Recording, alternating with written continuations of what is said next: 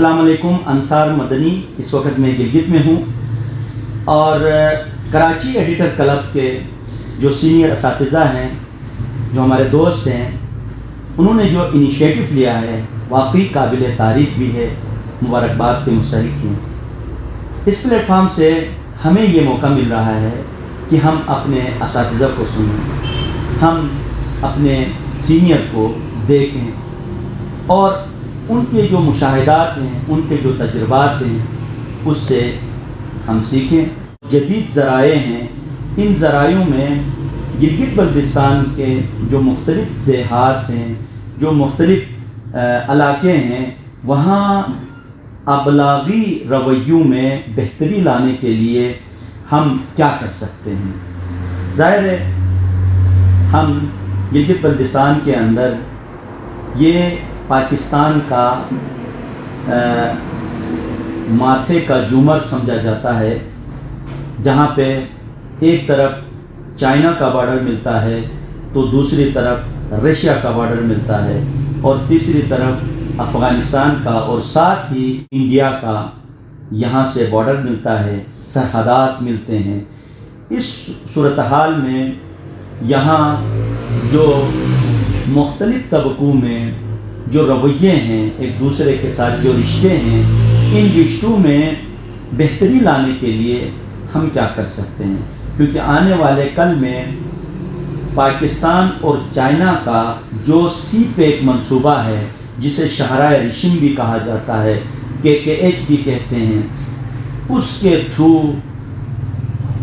China سے جو مال پاکستان کے انہی راستوں سے ہوتے ہوئے مختلف ممالک تک جانا ہے. اس وقت جو ٹرانسپورٹیشن کے حالات ہیں اس میں بہتری آئے گی.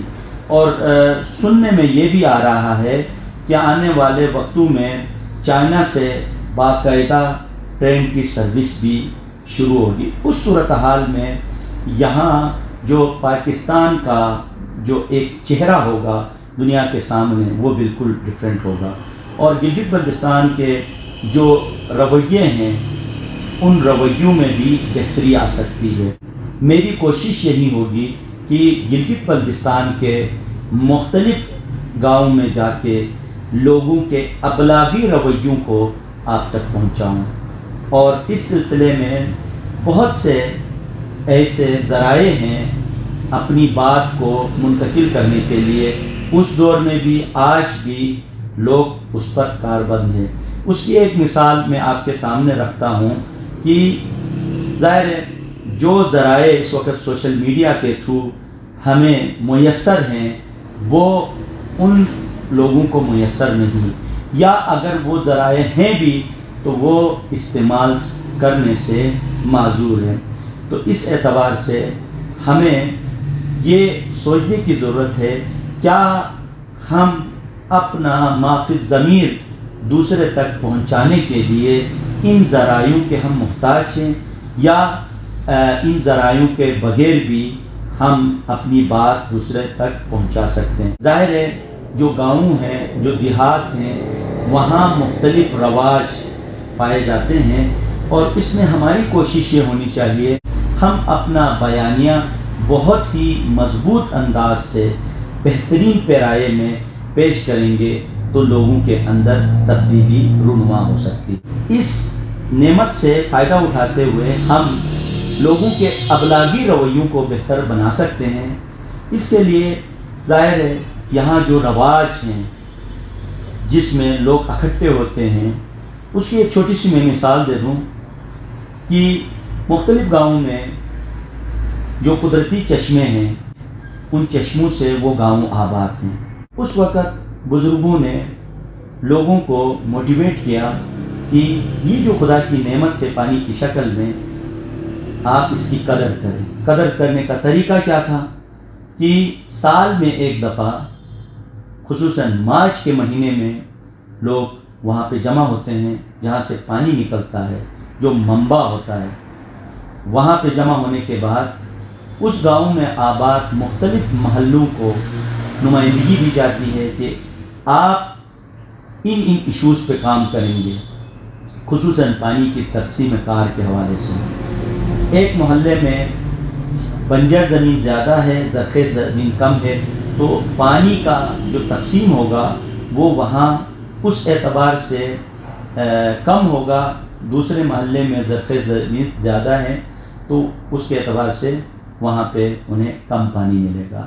یہ رواج تھا. اور بل صفائی، وہاں جتنے بھی نالے ہیں ان کو اپنی مدد آپ کے تحت صاف رکھتے تھے، اور وہاں پہ خدا کی نعمت کا شکرانے کے طور پر ہر محلے سے کوئی نہ کوئی جانور لا کے وہاں پہ ذبح کرتے تھے، اور وہاں وہ گوشت تقسیم ہوتا تھا. بعض جگہوں پہ پکایا جاتا تھا وہیں پہ ہی، اور وہیں پہ کھا کے وہ کام کر کے اس دن سے پانی کے تقسیم کے حوالے سے لوگوں کے ان رویوں کو بہتر بنانے کے لیے آپس میں جو رنجشیں ہوتی تھی وہ اس دن ختم ہوتی تھی.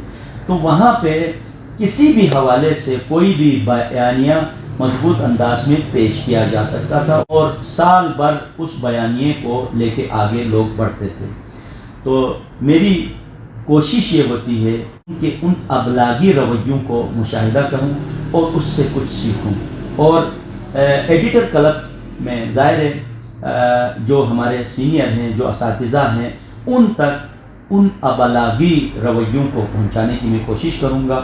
اور اس ضمن میں ظاہر ہے ہم اس بات کے شاہد ہیں کہ اس وقت ہمارا جو نظام ہے خاندانی وہ تقریباً ڈسٹرب ہو رہا ہے سوشل میڈیا کے تھرو. یعنی جو رشتے ہیں وہ کمزور پڑ رہے ہیں. جیسے کہ پہلے گھر کے اندر بزرگ ہوتے تھے، وہ بات کرتے تھے، ہر کوئی توجہ سے سنتا تھا. اب ایسا ہے گھر کے اندر بہت سارے افراد ہیں، جسمانی طور پہ وہاں موجود ہوتے ہیں لیکن فکری طور پہ نہیں ہوتے ہیں. اس میں ایک حصہ وہ ہے جو ہمارے فائدے میں ہے، ایک حصہ وہ ہے جو ہمارے لیے انتہائی نقصان دہ ہے. فائدہ یہ ہے کہ ہم اپنے ہم خیال لوگوں کے ساتھ کنیکٹڈ ہیں. نقصان یہ ہے ہم سے وابستہ افراد ہم سے پیش اٹھانے سے محروم ہیں. گھر میں ہیں افراد وہی ہیں، فکری طور پہ ایک دوسرے کے ساتھ وہ مربوط نہیں ہیں.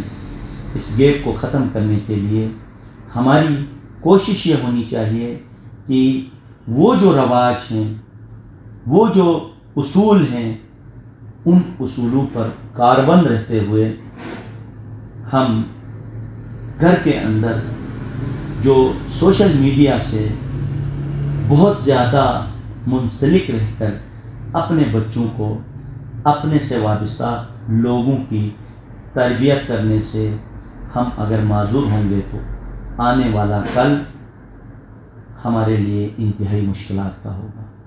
اس میں نت نئے مسائل جنم لیں گے، بہت ساری نفسیاتی بیماریاں ہمارے سامنے آئیں گی. ایک طرف ہم سوشل میڈیا کے تھرو ان تمام وسائل سے فائدہ اٹھائیں، دوسری طرف اپنے سے وابستہ جو لوگ ہیں ان کی اخلاقی فکری تربیت کرنے کی ضرورت ہے. کل یوم آزادی ہے اور غلامی سے نکلنے کے لیے ظاہری اعتبار سے ہم 14 اگست مناتے ہیں. سیم اسی طریقے سے فکری طور پہ آزادی پانے کے لیے اپنے اندر اقدار، اپنے اندر ویلیوز کو، اپنے اندر صفات کو پیدا کرنے کے لیے اپنے بزرگوں سے، اپنے اہل علم سے، اہل دانش سے سیکھنے کی ضرورت ہے.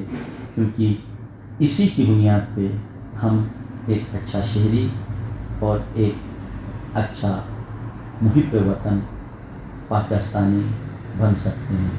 پاکستان زندہ باد. گلگت بلتستان